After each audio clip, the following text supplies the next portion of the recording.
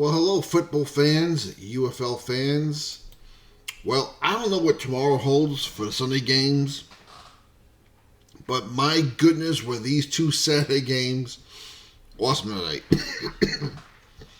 One, which I thought would be awesome. The other one, I didn't know how they were going to play them. So we'll start with the first game. Down in Birmingham, the Stallions win a thriller, 20-19. I think I predicted this game to be 23-20, if I remember right. I thought it would be a close game. I wasn't sure how they were going to play it, but they pretty much, both these teams played to win, it seemed like. I wouldn't say they went all out at the same time. They didn't show their entire hand, because I'm sure they'll do that next week. But these teams have played two games. They played two close ones, and Birmingham has won both. As a result, they finished the year 9-1. Michigan finished the year 7-3. And Birmingham has won the division outright, which I'm happy about. I didn't want this thing to come down to tiebreakers and somehow watch the Panthers win by 24 points because, well, you know why. All right, the first thing that really surprised me today was Danny Etling. Played the whole game at quarterback. He was 16-31 for 195 yards, one touchdown. Bryce Perkins was only in for one pass play, 0 for 1. I still think Bryce Perkins is their best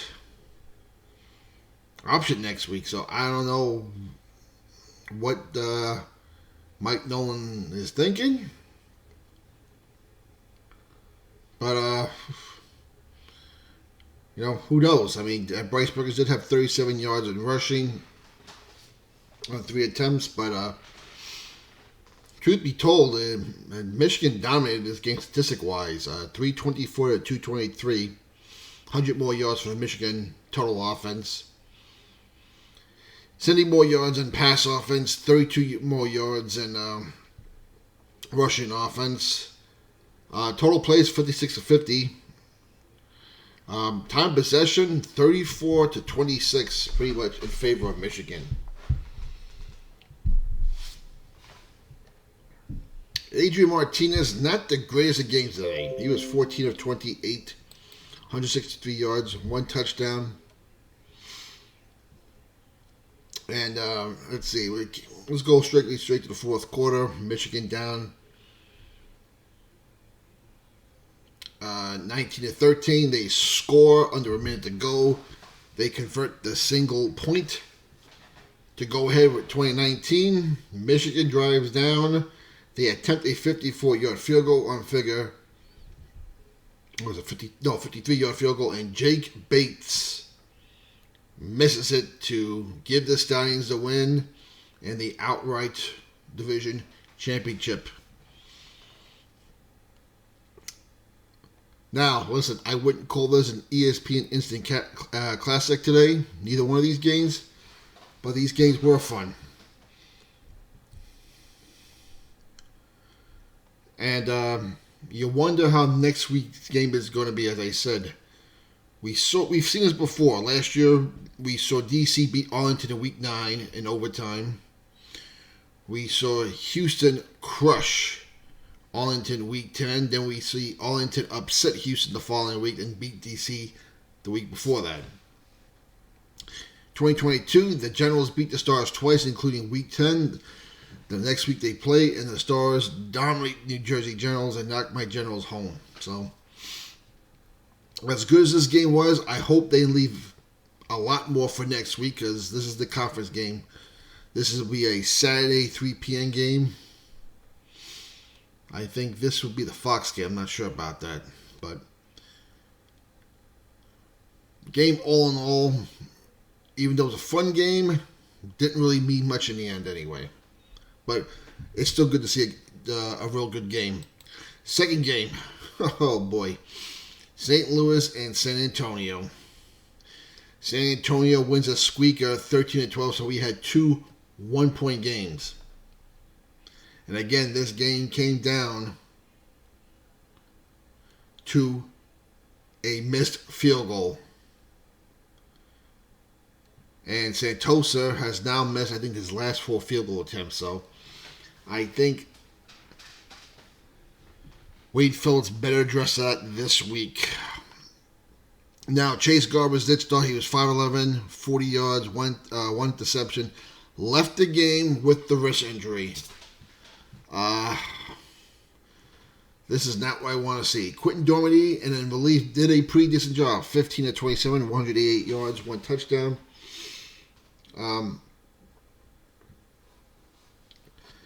I imagine he's going to be starting the game next week. Now, I guess Chase Garbers could be done for the year now. Who knows? I was really looking for back-to-back weeks of Chase Garbers versus A.J. McCarron. And yes, I am getting ready for the Rangers and Panthers soon. A.J. McCarron looked rusty today. There's no way to get around that. 10 of 24, 115 yards, one touchdown, one deception. And in fact, the St. Louis offense altogether did not really look that good. There wasn't much offense in this game. 272 yards for 109 in favor of San Antonio. The thing that helped St. Louis today, they had over 100 yards rushing, which was good because McCarron was not exactly sharp today. St. Louis had 18 of 10 in first downs. That's quite a lot. Time possession was almost even at 30 minutes apiece. I mean, literally, almost 30 minutes. Passing yards, it just wasn't a good day for A.J. McCarron. Now, Hakeem Butler and Jaquan Pearson each had about 35 yards receiving. Jontre Kirkland was a beast with 7 receptions for 127 yards, including a touchdown. But this game came down to St. Louis' inability to run out the clock and give San Antonio life. And of course, the game it came down to before that, it looked like that San Antonio has scored a 2-point conversion. The super challenge by the Andy Beck and the Battlehawks showed there was a lineman downfield in the end zone. The attempt is no good. They tried again. Attempt no good. They remained in the lead 13-12. St. Louis didn't have time, could not run out the clock, so San Antonio gets the ball one more time.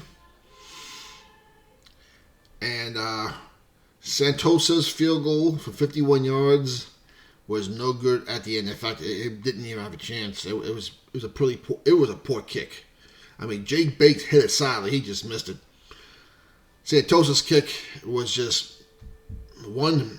It didn't have the distance, and it wasn't going to make it anyway.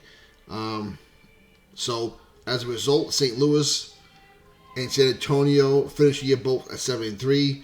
St. Louis, however, wins the tiebreaker head-to-head, winning both games. So next week they will meet for a third time in St. Louis. So, as I've been saying, for business purposes, I was hoping we would get this matchups next week. I wanted Birmingham at home. I wanted St. Louis at home. And I'm hoping we get St. Louis and Birmingham in the final. If anything, we need at least St. Louis in the final to have a big crowd. There was about over 32,000 people today at the Dome. It was a good turnout. I'm hoping maybe next week they get close to 40, or even over 40. So that is your game, both your games. What a day of football in the UFL.